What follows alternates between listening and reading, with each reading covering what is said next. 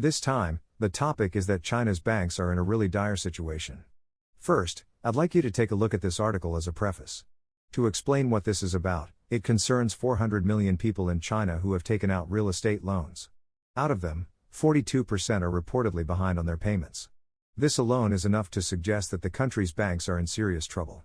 I'll be creating a separate video to delve into the details of this matter. Now, why has this happened? The real estate prices in China have skyrocketed far too much, essentially indicating that it was a bubble. Many people bought properties at inflated prices during this real estate bubble. As a result, the monthly repayments for those who purchase these properties have become an enormous burden. On top of that, as China's economy has slumped, many people's incomes have decreased. For instance, some are no longer receiving bonuses, others have had their salaries cut, and many have even lost their jobs. Even though these people already had substantial monthly mortgage payments, they now find themselves in a position where no matter how hard they try, they simply cannot pay them. From the bank's perspective, they expected to earn significant interest income from these loans, but now they're not receiving those payments.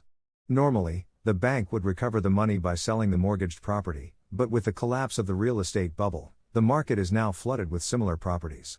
Even if they try to sell, there are no buyers. Of course, if they drastically lower the price, there might be buyers, but then they can't recover the full amount of the loan. For example, if the bank lent out 100 million yen, but the value of the property has dropped to 80 million yen, selling it at that price would still result in a loss for the bank. As it stands, banks are unable to collect monthly repayments, and even if they try to sell the collateral properties, doing so would guarantee a loss. Banks are essentially stuck in a position where they don't know what to do. And looking at China's current situation, things are more likely to get worse than better. This is because real estate prices are still high, but they're more likely to decline further in the future. Prices are determined by supply and demand, and with so much supply on the market, there's no way prices can go up. Currently, 42% of people are behind on their mortgage payments. While there's a chance this could change if China's economy revitalizes, under the current circumstances, the number of people unable to pay is only likely to increase. Why are people, despite struggling, still trying so hard to repay their loans? It's similar to revolving credit card payments in Japan. If you fall behind on payments, you end up on a blacklist, which comes with various disadvantages. In the future, you wouldn't be able to borrow money when you need it. The same holds true in China. About 60% of people are currently doing their best to make their monthly repayments, but unless their salaries stabilize or increase, it's likely that they too will find it impossible to keep up. Looking at the overall Chinese economy, it seems like the factors driving further deterioration outweigh those for improvement. If this trend continues, Chinese banks are at risk of collapsing altogether. This alone is a dire situation, but to make matters worse, there's another phenomenon spreading rapidly in China. That's the main topic of today's discussion. Take a look at this article.